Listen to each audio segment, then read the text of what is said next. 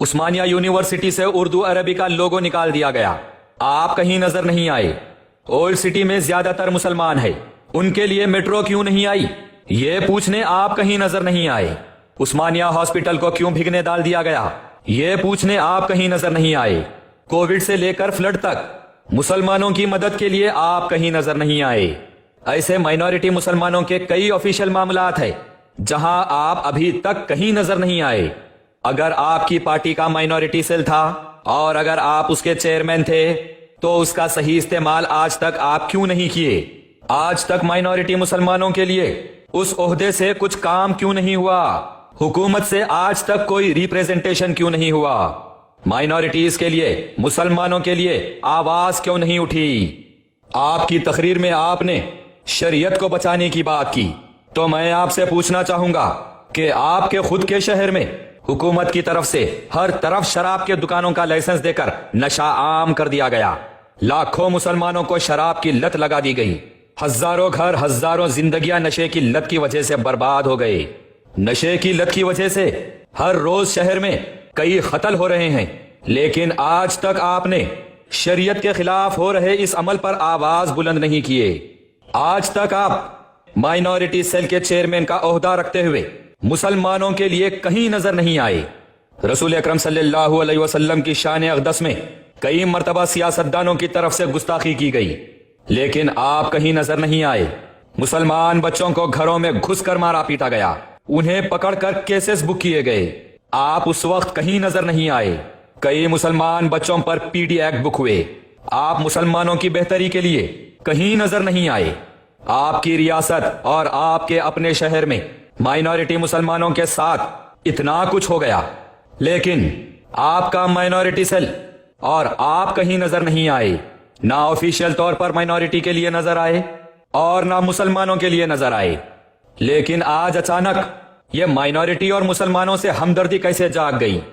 کسی بھی political party میں جانا اور تقریر کرنا یہ آپ کا حق بنتا ہے، لیکن بی جے پی اور آر ایس ایس کے نام سے مائنورٹی اور مسلمانوں کا دم بھرنا یہ مناسب عمل نہیں ہے۔ بی جے پی اور آر ایس ایس کا نام لے کے مسلمانوں کو کھلونا بنا دیا گیا، ہر کوئی آ رہا بی جے پی اور آر ایس ایس کا نام لے رہا، مائنورٹی اور مسلمانوں کے نام پہ اپنا سیاسی مفاد کھیل کر نکل جا رہا۔ بی جے پی اور آر ایس ایس کا نام لے رہی اور چلتے پھرتے مسلمانوں کو ٹھونگے مار دے رہی۔ آپ کے پاس نیشنل پارٹی تھی، پارٹی کا اسٹرانگ کیڈر تھا، مائنورٹی سیل تھا، چیئرمین کا پوسٹ تھا، پاور تھا۔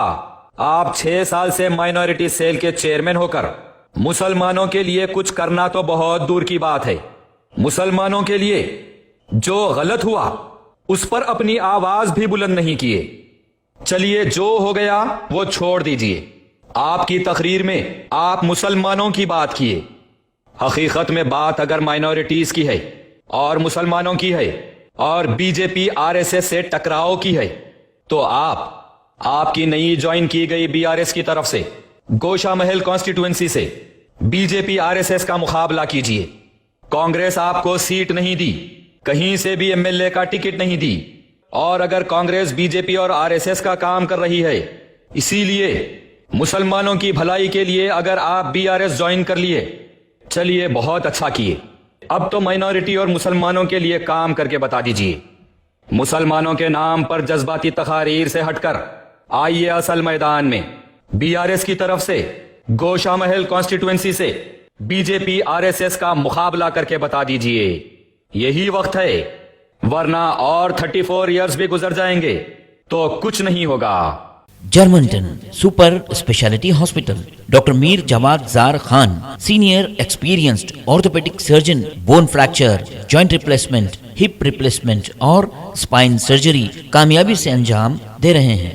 اس کے علاوہ neuro surgery, cardiology, gynaecology, dental, general medicine, dialysis اور فزیو تھراپی جیسے شعبجات میں انتہائی کامیابی کے ساتھ واجبی فیس میں علاج کیا جا رہا ہے۔ شیئرنگ اور پرائیویٹ رومز، اسپتال میں 24 گھنٹے M R I, C T scan, 2D digital X ray, ultrasound, operation theatre, I C U اور لیب کی سہولت دستیاب ہے۔ آپ کی امیدوں کے عین مطابق جرمنٹن super specialty hospital, pillar number 150، عطا پور، حیدرآباد۔